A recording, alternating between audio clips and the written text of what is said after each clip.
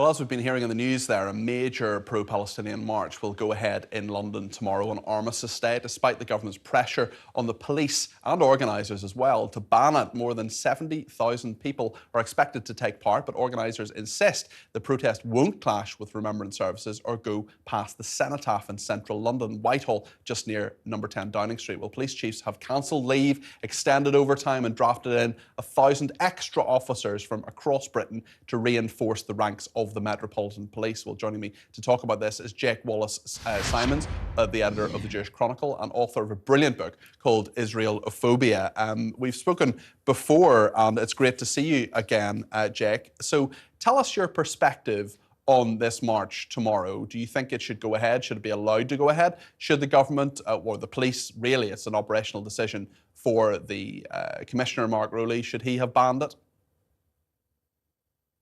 Well, I mean, I'm not generally somebody who calls for banning things very easily, but I think we need to recognise that if we want to maintain our freedoms, and our freedoms indeed to protest and our tolerance, we need to set limits to that.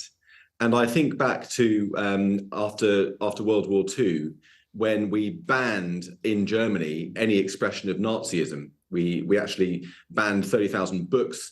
We made the swastika illegal, and we tried to denazify that culture. And so there are always limits to free expression in order to protect those freedoms. And I think that if we look at the marches, they've been organised by people with links to Hamas. They have been inhabited on the streets by people openly supporting Hamas and openly calling for the genocide of Jews and the intifada on our own shores. We've had a bit of that in Manchester a few years ago with the suicide bomb. We don't want that back. Thank you very much. And making other chants like, from the river to the sea, which, as we all know, could be seen to have some very, very troubling genocidal implications. Oh, it's absolutely anti-Semitic. It's absolutely calling for genocide. It's a horrendous phrase that should never be used in a serious way. I totally agree with you, Jake. It's fascinating, actually, with this march, because there will be well-intentioned people on it. There will be people who just want to say there should be a ceasefire, or they're supporting the Palestinian sort of desire for a state, for example. That there will be people who are perfectly reasonable members of society who I would disagree with on many things, but nonetheless want to make their point. But my thought with them is that they will no doubt, and I said this to someone earlier who is going on the march tomorrow, will be associated with those people you mentioned, the people who are supporting Hamas, the people who are doing really deeply, deeply offensive things. What's your message to them, Jake? Well, ultimately, we're talking about criminality. Supporting Hamas is a criminal offence. I worry about people on the marches because they are happy or prepared to stand alongside people openly calling for genocide without feeling sick to their stomach, without thinking, you know what, I don't want to be part of this. I just wouldn't want to be associated with anybody on that march, even if there are 70,000 people on the march tomorrow. I don't want one of them supporting Hamas. I don't want a single person. I mean, exactly. There is a big question about whether the police are policing properly and whether they are enforcing the law. We had that absolute nonsense about that guy who was shouting jihad, for example. Oh, it can mean different things to different people. What a load of nonsense. Look, you can't know what's in someone's mind, but I think we're pretty close to knowing what was in his mind when he said that. Exactly. And, the way that the policing has been so partial and so biased really speaks of the politicization of the police that we've seen creeping over the force in recent years, from taking the knee during Black Lives Matter protests during lockdown, in contrast to the brutal way in which they suppressed the anti-lockdown protests. So is Suella Braverman right then, Jake, do you think? Is Suella Braverman right, do you think, Jake? I think she is right. And I think I would just to pick up the previous point, the message to people who are well-meaning and thinking of attending this march is what you're doing is furthering the aims of Hamas. Hamas is trying to put civilians in harm's way so they're killed by Israel, so that you feel bad and come out onto the streets and pressure Israel to stop defending itself. Hassan Nasrallah, the leader of Hezbollah, last Friday saluted those taken to the streets in the West. Think about that. I want to ask the people who really say they're marching for peace, How many vigils have you been at for the 239 Israeli hostages, if you really believe in peace, if you're really against violence, for example? And I'm not sure, well, I'll ask one the next time they're on a programme. But Jake, I just want to ask you as well about this armed wing of the Palestinian Islamic Jihad group. Now, they have posted 2 videos of Israeli hostages held in Gaza. The group said it was prepared to release a 77-year-old woman and a 13-year-old boy for humanitarian and medical reasons, but only, as they put it, if appropriate measures were met. I mean, the fact they talk about humanitarian reasons is offensive to me anyway. Earlier this week, I just want to play a clip. TalkTV spoke exclusively to 3 mothers whose children are being held hostage, and one of them, Renana Jacobs, is the mother of the 13-year-old boy in the video released by Palestinian Islamic Jihad. She sent a live plea to Hamas and recalled the last thing she heard from her son. This is heartbreaking. About 2 hours after this horror started, they were on the phone to me whispering, "Someone's coming in, someone's broken the door." And a couple of minutes later I could hear voices in Arabic shouting, grown men, and the door to the safe room broke, even though my son, my eldest, was trying really hard to hold it.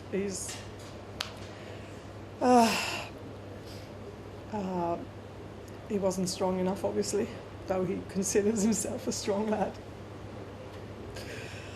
And the last thing I heard was my 12-year-old, Yagil, begging, saying, "Don't take me, I'm too young. You can't take me, I'm too young."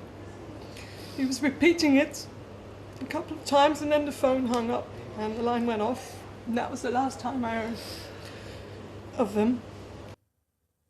I just can't think of anybody who would feel to be moved by that, Jake. And it does remind us, a month on from the absolute horror and the breaking of a ceasefire by Hamas terrorists, what is at stake here for Israel?